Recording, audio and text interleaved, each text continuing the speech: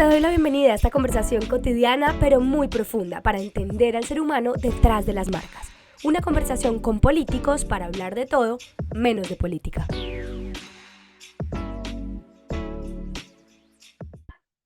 Hoy vamos a tener una conversación para conocer al ser humano que hay detrás de la marca Luis Bernardo Vélez, porque estoy convencida que detrás de todas las marcas políticas hay seres humanos y más allá de las ideologías tenemos muchas cosas que nos conectan. Yo les cuento y acá eso va a ser sin pelos en la lengua, sin secretos. Yo trabajé con Luis Bernardo, fue una etapa de la vida muy chévere, trabajaba como su comunicadora en el Consejo de Medellín y para mí uno de los grandes retos siempre era, Luis, transmitir esa esencia y eso que tú eres como persona en las redes, porque a veces eso cuesta y a veces la gente no conoce y no te conoce al Luis humano, al Luis querido, a Luis amigo, a Luis chistoso que está detrás de un atril, que está detrás de un discurso, detrás de una entrevista de televisión. Entonces, por eso en este programa, Luis, vamos a hablar con un político de muchos años, pero vamos a hablar de todo menos de política. Entonces, bienvenido, gracias por estar aquí, de verdad que qué gusto comenzar esta serie de entrevistas contigo. Bueno, Mariana, a mí me alegra mucho verte y estar aquí pues en contacto en este programa y la posibilidad de hablar con la gente y darse uno más a conocer lo que tú dices detrás del político que a veces, digamos, es una marca no siempre muy buena y que crea muchas prevenciones, prejuicios, muchas cosas. Entonces, aquí está, pues, estamos para conversar un rato. Muchas gracias. Exacto. Contame precisamente quién es Luis Bernardo Vélez, pero no el Luis Bernardo Vélez político, sino el humano. ¿Cómo te definirías? La marca mía ha sido y la mantendré creo que hasta el final de mis días de médico social, ¿cierto? A mí me gusta más esa marca que inclusive político, a pesar de que a veces hay desconocimiento también de la posibilidad tan grande de quien hace o de quien ejerce una buena política hacer cosas. Ujú. Pero yo soy un médico social, he hecho un esfuerzo toda mi vida desde hace más de 30 años de ser un buen discípulo del maestro Héctor Abad Gómez. Nosotros los que tuvimos la posibilidad de ser discípulos, alumnos de Héctor Abad Gómez, pues nos dedicamos muchos de nosotros a lo que él decía que era la salud pública. Hablaba de la situación indigna de las cárceles, pues ahí se mantiene, de las violencias, ahí seguimos viendo violencias por todas partes, no solamente en Medellín, en Colombia, sino en el mundo entero. Entonces, soy médico porque creo que uno vino al mundo a servir y a sanar en lo que, desde donde pueda estar. Yo conecté mucho contigo desde que te conocí por eso mismo, precisamente de Héctor Abad Gómez. Te cuento y les cuento a la audiencia, uno de mis libros favoritos siempre fue El olvido que seremos, que es de Héctor Abad Faciolince, hijo de Héctor Abad Gómez. Contanos, empecemos por ahí. ¿Cuál fue tu relación con Héctor Abad? ¿Alguna anécdota que te haya marcado? ¿Por qué ha sido tu maestro y durante tantos años? Porque aquí como un poquito de contexto también, Luis, como ya nos dijo, es médico social de profesión, pero lo ha ejercido, pues lo ejerció como médico en un momento, pero también desde lo público y desde el Consejo de Medellín, sobre todo, ¿durante cuántos años? ¿Cuántos años estuviste como concejal? Estuve 4 periodos, o sea, cada periodo dura 4 años, pero llegué al Consejo en el 2004 y fui secretario de Inclusión Social, Familia y Derechos Humanos. Ok. Entonces no fui sino, pues no fui, no, 4 periodos de No fuiste, concejal no. hasta diciembre del año anterior. Exactamente, entonces son como 20 años de una carrera política, pero desde la medicina social y siempre esos 20 años con el maestro ahí presente que era Héctor Abad Gómez. Entonces te regreso a la pregunta, cuéntanos un poquito de él, quién es él y qué te marcó, alguna anécdota con él. Yo paso a la Universidad de Antioquia y en esa época era igual o tal vez peor ingresar a la Universidad de Antioquia a todas las carreras, pero en particular a la medicina. Sí. Yo llego y pues me presento en una ocasión, no paso, me dedico a estudiar, a prepararme y en la próxima pasé. Ese año 87 cuando yo ingreso y desde Ciudad Universitaria cuando uno llegaba, siempre con toda la situación de una universidad pública que había que era el Camilo Torres, que era el teatro, había el meeting, que había la asamblea, que había la conferencia. Yo toda la vida, lo digo, he sido muy, desde pelado, muy activo. A mí me gusta meterme en todo. Todo el mundo hablaba que cuando había un problema, había un señor en la Facultad de Medicina, que queda todavía ahí arriba, había un señor que se llamaba Héctor Abad Gómez, y que si nosotros necesitábamos poner una denuncia, allá estaba Héctor Abad Gómez, y que nosotros queríamos vender unas boletas para no sé qué, allá estaba Héctor Abad Gómez. Entonces yo y muchos pues dijimos, vamos a conocer a ver quién es Héctor Abad Gómez. Y conocí a Héctor Abad Gómez. Él en ese momento era el que dirigía la cátedra y el departamento que aún existe en la Facultad de Medicina y en la, digamos, en el pensum de los médicos, que se llama Medicina Preventiva y Salud Pública. Entonces él tenía unas oficinas y recibía siempre muy amable a los estudiantes, un hombre cálido, querido, conversador, una carcajada muy amplia, todo lo que tuviste y lo que la gente conoce en ese libro es un fiel, digamos, muy fiel a lo que él fue, un bonachón, un hombre muy querido, y uno se apegaba a él porque uno en esos años lleno de ilusiones, de sueños, y entonces él nos hablaba de la salud pública y decía que la enfermedad no solamente era del ser humano, sino de la sociedad. Él hablaba de derechos humanos y yo me carreté mucho y me volví un estudiante muy cercano a él. Y, y aquí entrando en anécdotas, él me decía, Bernardo, ¿me acompañas a la cárcel Bellavista? Y él le decía, disque consulta, se iba de bata blanca. Se dedicó a estudiar los problemas de la sociedad, las enfermedades sociales. Entonces, él todo encantado y nosotros íbamos 3, 4 siempre con él, estudiantes que cabíamos en el carro de él, y nos llamaba, y una vez me llamaba a decir, socórranme, yo estoy aquí en Bellavista y este hombre que tiene, yo no sé nada de medicina, cómo lo curo, y nosotros estudiantes éramos pues los que le ayudábamos.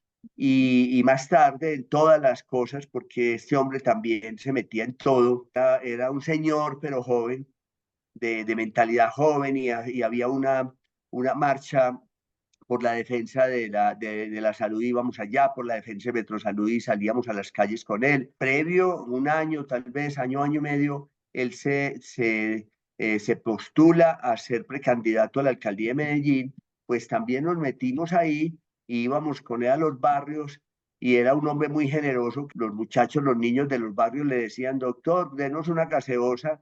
Y una vez en Manrique, en el Parque Manrique Central, se puso a darle gaseosa a 2 o 3 muchachos de allá, niños, y la fila, después llegaron y salían todos los niños de todo el barrio, y el hombre, préstenme plata que yo no estoy encartado aquí. Entonces Héctor Abad era un hombre como muy importante que nos marcó mucho en que la medicina era importante, en que había que servir, e inclusive él lo decía, que la política era el ejercicio de cosas muy buenas o muy malas en un ser humano, que uno con la política podía hacer cosas muy buenas, pero también muy malas, y eso lo estamos viendo todavía. Total. Luis, ¿y te tocó entonces cuando lo mataron? O sea, ¿eras cercano a él en eso? Contanos cómo fue para vos ese episodio, cómo lo vivieron la gente. Muy doloroso, la verdad. Yo estuve con él en todos los cuentos. Yo lo digo, él y otras personas, digamos, de médicos que eran muy cercanos a él, profesores, estudiantes. Le seguíamos, como dicen, todo el cuento, porque ni siquiera a veces Héctor Joaquín, el hijo, y muchas hijas, con excepción también de pronto de Clarita Abad, que es amiga, hija de Héctor Abad, los otros hijos decían, no, papá, no, nosotros no te vamos a seguir todos esos cuentos y todos esos enredajos que tenés. Él se metía y fue presidente de Derechos Humanos, y un día, posiblemente año y medio, algo así, año y medio antes de ser asesinado, él dijo, voy a presentarme a una precandidatura a la alcaldía de Medellín. Y yo me metí con él y nos metimos y empezamos a hacer campaña. Él no tenía un peso, entonces doña Cecilia, la señora que murió hace alrededor de 2 años, muy especial ella también, le era dizque la que le sostenía las campañas, y nos íbamos con un megáfono a los barrios y él decía, yo soy Héctor Abad y vengo a servir, no a que me sirvan. Hicimos una campaña muy linda, y fue muy doloroso el asesinato de Héctor Abad Gómez. Entonces nosotros nos dedicamos a seguir esto. Yo inclusive te cuento aquí, yo quería ser psiquiatra. Cuando yo Ujú. estaba terminando medicina, a mí me gustaba la psiquiatría. Yo pienso que todo muy conectado, uno en la vida no es una desconexión, uno se Total, un conecta universo con que se va cosas conectando varios y eso va aspectos. seguro en el ADN y después lo marca uno la formación mucho de la que estoy hablando de joven, de niño, y mi formación siempre desde niño, y hice el bachillerato en un seminario, siempre fue muy humanista, muy social, muy de cómo ayudarle a la gente, y yo veía que la psiquiatría era una forma de ayudarle a la gente y sigo creyendo. Voy para mi rural, ¿no? ¿Dónde fue tu rural? El rural en Yarumal, una experiencia maravillosa de 13 meses, allá pues eso, uno joven haciendo un rural en un pueblo y de médico, le digo que la rumba y la cosa y la experiencia es muy importante. Entonces, luego del rural me dedico a trabajar en barrios populares y una vez, por ahí en el año 91,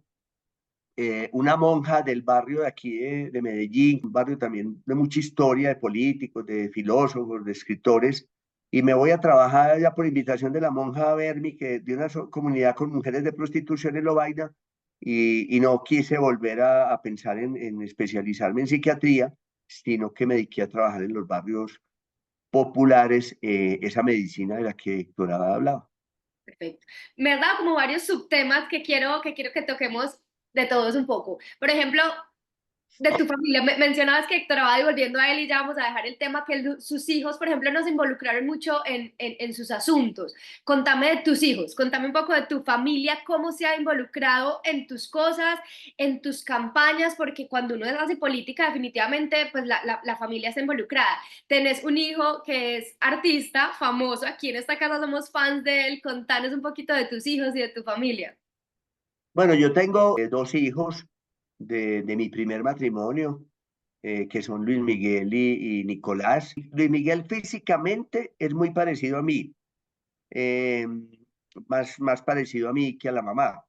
Nicolás es el contrario, es más parecido a la mamá que a mí. Luis Miguel tiene, digamos, mucha la esencia de la medicina, del servicio, le gusta la medicina y de hecho, pues, él es un hombre joven, que cumplió 31 años hace poco, pero le gusta la psiquiatría y se dedicó a la psiquiatría, médico psiquiatra. También, desde Sardino, desde muy pelado, se dedicó a la música. Es rapero, su nombre, digamos, profesional es Luis Siete Lunes. Mariana, como no soy de esa generación, no he ido sino a dos conciertos de él, no entiendo nada de esas letras. Luis, pero esas letras o sea, son importantes las cosas que se dicen y de los Y temas claro, sociales total, y, Dios mío, esos raperos total, son unos genios y esa combinación de psiquiatra con rapero. claro. Wow. Ujú. La expresión que él hace hoy, mira qué bonito es esto también, y la vida como es de simpática. Yo estoy convencido, yo hago el esfuerzo por entender las letras de él, porque él las escribe. Y a veces entiendo un poco, a veces menos, porque es un lenguaje y una expresión, pero es la misma expresión que nosotros, de jóvenes, esa generación mía, alrededor de lo que estoy contando, de la Universidad de Antioquia, de Héctor Abad, de esa época, era lo que expresaba Mercedes Sosa o Alberto Cortés o Facundo Cabral. Eso es lo que expresa Luis Miguel hoy, con toda seguridad, pero en otro tono, en otra letra, en otra música, y es que este mundo está muy desorganizado y que hay mucha injusticia y que hay mucha inequidad y que hay muchas violencias que no nos gustan. La combinación bien simpática entre músico, rapero y psiquiatra, y eso lo ha logrado combinar y en los dos es exitoso. Nicolás, el otro hijo mío, tiene 22, 23 años, es muy simpático, es más parecido a mí en el humor, en la conversación, es más relajado, le gusta mucho la política, hasta ahora no la electoral, pero le gusta muchísimo la política y creo que es más coincidente conmigo en el ejercicio de la política y en el estudio y en las ideas, pues digamos, que tengo yo. Que se han Son dos involucrado. hijos. Por ejemplo, acabaste de salir hace poco de una campaña a la alcaldía de Medellín. Contame qué tanto se involucró la familia y metámonos un poco por ese tema. Nicolás se involucra más en la política. Luis Miguel es muy respetuoso. Mi exmujer, Ángela, con quien tengo mis dos hijos, en esa época ella acompañó lo mío. La conocí en la Universidad de Antioquia desde el primer semestre. Me acompañó, le gustaba la política, se metió. Después ya tuvo los hijos y eso, y yo seguí por la política. Ella no quiso seguir y no le gustó mucho, y bueno.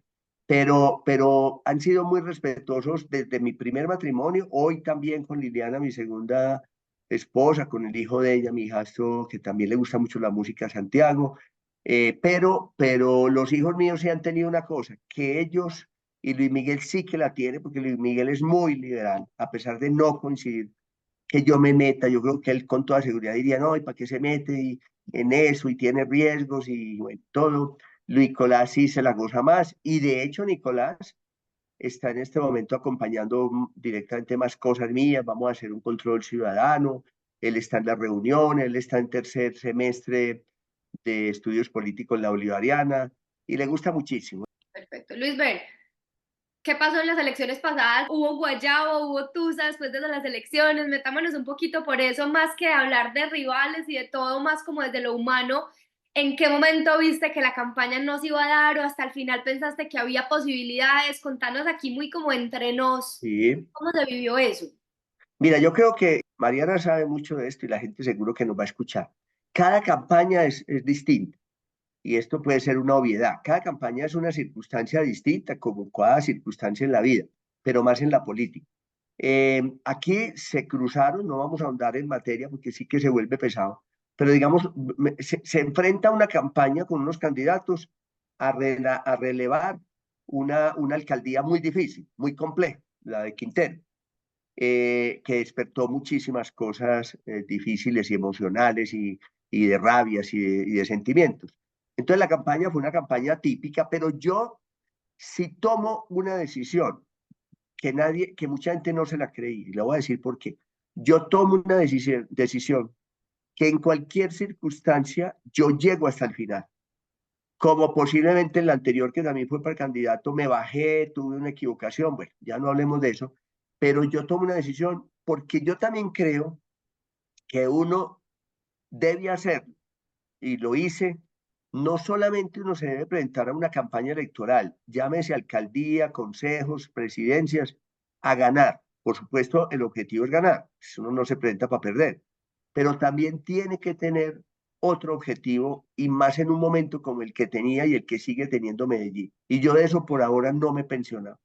Y es opinar, y es escuchar, y es poner a hablar la gente, y es poder en un televisor como estamos aquí, o en una pantalla, o en cualquier espacio de comunicación, poder escuchar a quien piensa distinto, poder decirle a alguien, ¿usted qué va a hacer con la situación de salud mental de la gente? Y que los distintos candidatos o profesionales o médicos digan qué van a hacer. Porque es que la política se creó no para robar, como algunos creen. La política se creó era para ayudarle a la gente, y sigue siendo, tiene que ser vigente para que la gente viva mejor. La política no nace para que la gente viva peor. Usted coge un pueblo, se mete de político, de alcalde o de presidente, y al otro día la gente termina viviendo peor. Usted hace cosas para que la gente viva mejor, y sobre todo cuando tiene la herramienta del poder, de los recursos, del poder, todo en su conjunto. Entonces yo decido ir hasta el final. Fue apasionante la campaña, y yo nunca, y a lo mejor nunca me lo creerán, yo no sentí ese sentimiento de Tusa, precisamente por esa condición. Primero porque yo sabía que era una campaña muy atípica. Yo no soy ni bobo, como dicen, ni tampoco sabía en qué me muevo. Yo soy un experto en política también y leo el contexto. Yo sabía que la cosa no era fácil, pero sí sabía que era importante mover opinión. Las cosas no se iban a dar porque era típica. La gente, y otro día hablaremos de esto, y Mariana sabe mucho, la gente se está moviendo hoy en unas campañas políticas emocionales y de espectáculo. Y a mí no, y yo tengo diferencias con esas dos formas de hacer la política. Me parece que a veces son poco éticas, y es mover emociones, y no mover emociones de pasión, de alegría, sino de odio, de castigo, y creo que ahí se movió, de mentira. De acuerdo. Luis, pero entonces listo, pasa eso. Yo creo que ya en un momento tú veías el panorama y Luis Bernardo de Bobo no tiene un pelo y si alguien conoce cómo funciona la política en Medellín es este hombre. Entonces yo sé que él sabía muy claro lo que estaba pasando y estabas de alguna manera moviendo ese voto de opinión y yendo con con tus ideales hasta el final y fue una campaña interesante. Y ahí tienes tu capital político de la gente que te conoce, que te cree, que está de acuerdo contigo y vas en ese tema de opinión. Entonces, se pierden las elecciones en octubre de 2023. ¿Y a qué se está dedicando Luis Bernardo en este momento? ¿Estás viviendo en Santa Elena? ¿A qué hora te levantás? ¿Deporte, lectura? ¿Qué está haciendo Luis Bernardo en este momento? Yo al otro día cierro ese capítulo, yo, no es mentira, yo por fortuna, hay gente que dice que yo hasta se me va la mano, ¿no? Liliana, mi señora, y mucha gente dice, oye, pero es que usted se le va hasta la mano ¿de qué? Como que olvida muy rápido, usted no, y yo he sido, pues sí creo que no es un cañazo, yo cierro el capítulo, yo no me quedo, la perdimos y no pasó nada, aprendimos, conocimos, en fin, siguen otras tareas muy importantes. Pienso con alguna gente cercana, entre ellos Luis Miguel, mi hijo, y me hace tomar una decisión, la compartimos de alguna manera, decir, ¿cuál es el problema hoy? Porque es que yo no me he pensionado, yo no me he jubilado, yo sigo, quiero ser hasta el final, si Dios quiere, opinar de la sociedad, opinar desde cualquier espacio, no necesariamente desde una silla del consejo. Ya esa etapa de mi vida creo que ya la cumplí y creo que la cumplí bien y generé opinión, hice cosas. Yo decido y decidimos más que decido dedicarnos al tema social, voy a ponerlo muy así, muy básico, que yo leo hoy más preocupante, como leí hace unos años que era el tema de prostitución, el tema de drogas, hoy leo que es la salud mental. Desde el espacio comunicacional, a través de todo lo que podamos, de radio, de televisión, de podcast, de redes, hablar de la salud mental. Porque aquí en la salud mental, que para mí es el problema más complejo hoy, que está golpeando y que viene a ser una causa y un efecto de muchas cosas, cuando usted va a la calle en Medellín, que estamos llenos de unas personas que las denominamos habitantes de calle, ahí en el fondo de ese hombre o esa mujer hay problemas de salud mental y va la violencia intrafamiliar, y va el problema de seguridad, y va el problema de consumo de drogas, y va a la violencia sexual. Donde vaya, hay problemas de salud mental. Entonces nos dedicamos a trabajar esto, vamos a trabajar en esto, estamos organizando un trabajo social, comunicacional, político, y otro, un espacio en Santa Elena, donde estoy viviendo apenas hace 8 días, nos pasamos para acá, Mariana conoce, es una casa muy sabrosa, esto es salud mental. Yo llego aquí y la pusimos cuando yo le tenía que poner hace 12 años que la construimos.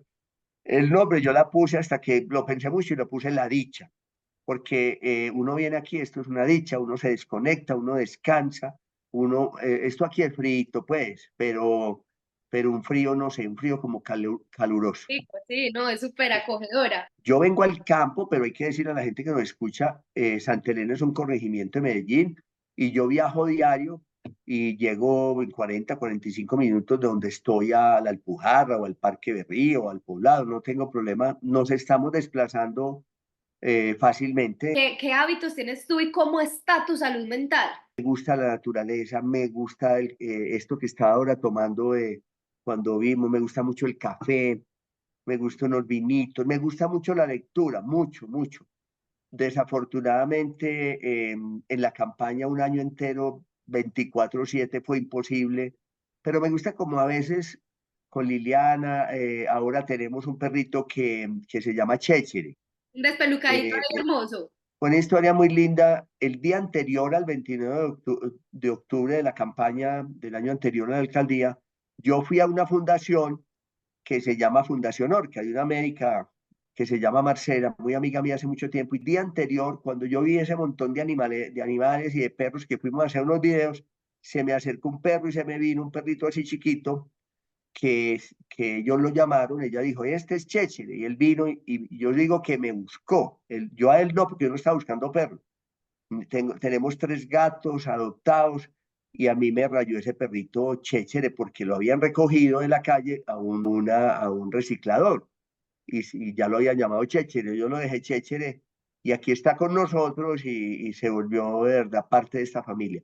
Me gusta hablar de política, Esos son mis gustos, me gusta el café, me gusta el vino, me gusta la buena comida, en fin. ¿Qué estás leyendo? ¿O qué fue lo último que leíste?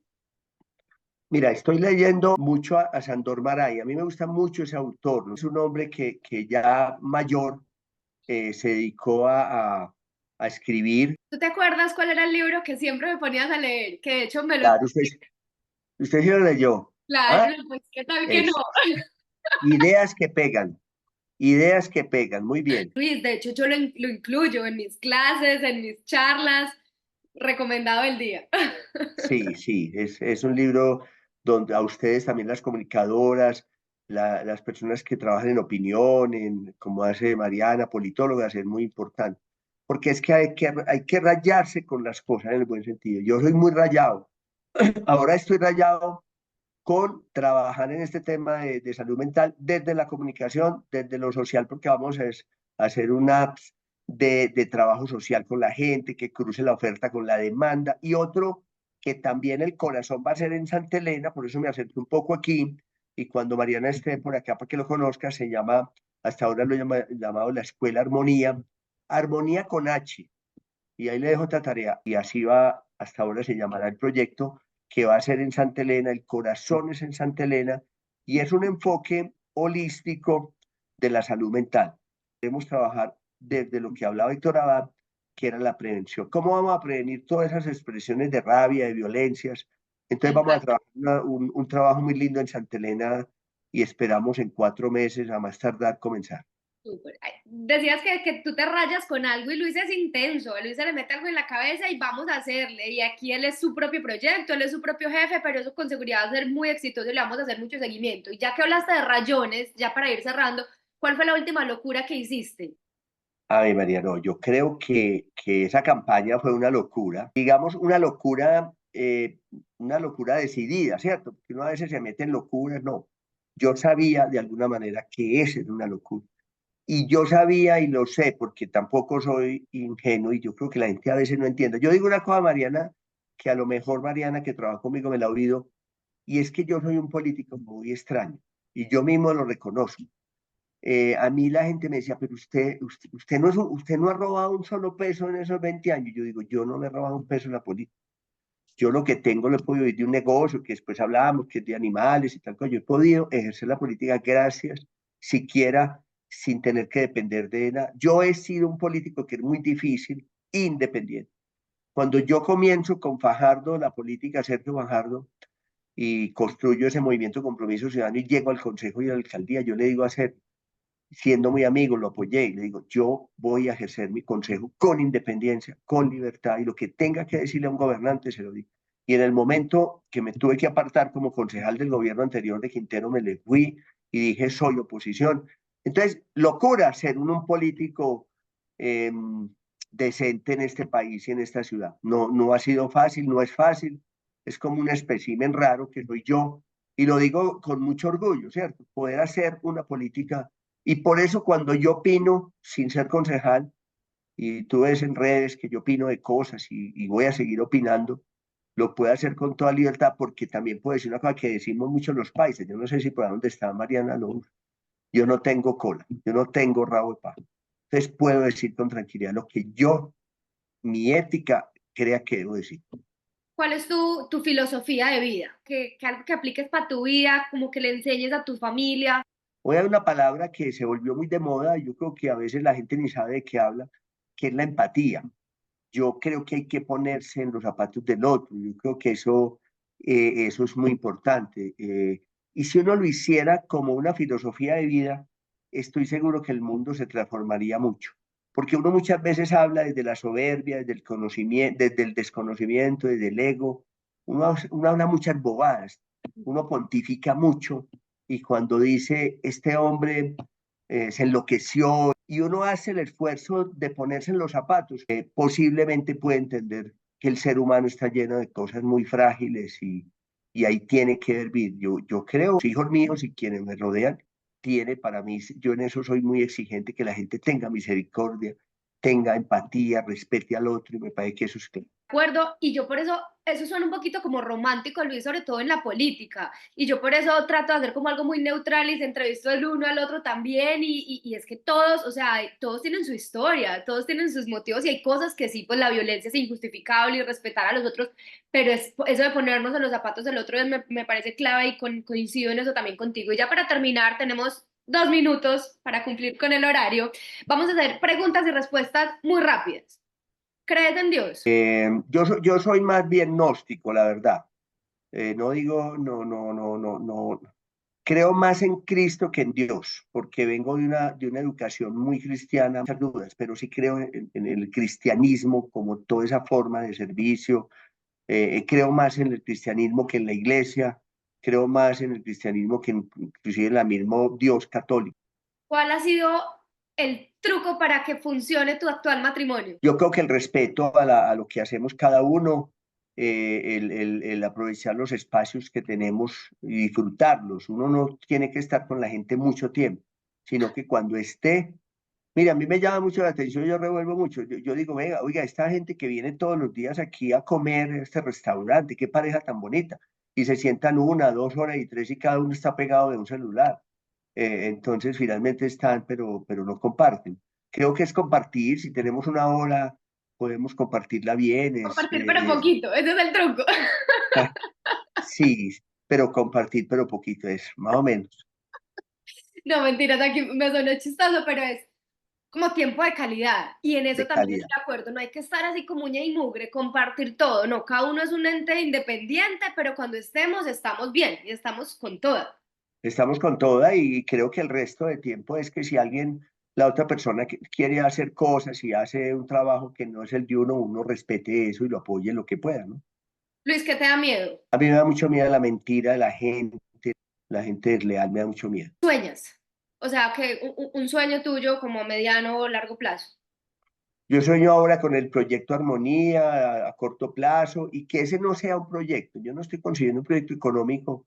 Por supuesto, este proyecto tiene que dejar para que pueda sostenerse unos recursos, pero sueño que nosotros, y no soy yo, un equipo de trabajo que todos los días, porque yo lo he llamado la escuela de la armonía, nosotros queremos hacer una escuela y sueño que la salud mental, pues que ese concepto holístico y ese enfoque holístico de salud mental también pueda ayudar a que la gente tenga, que haya menos violencias en el mundo. Luis, ¿cómo se ganan unas elecciones en Colombia? Vos sabés el truco.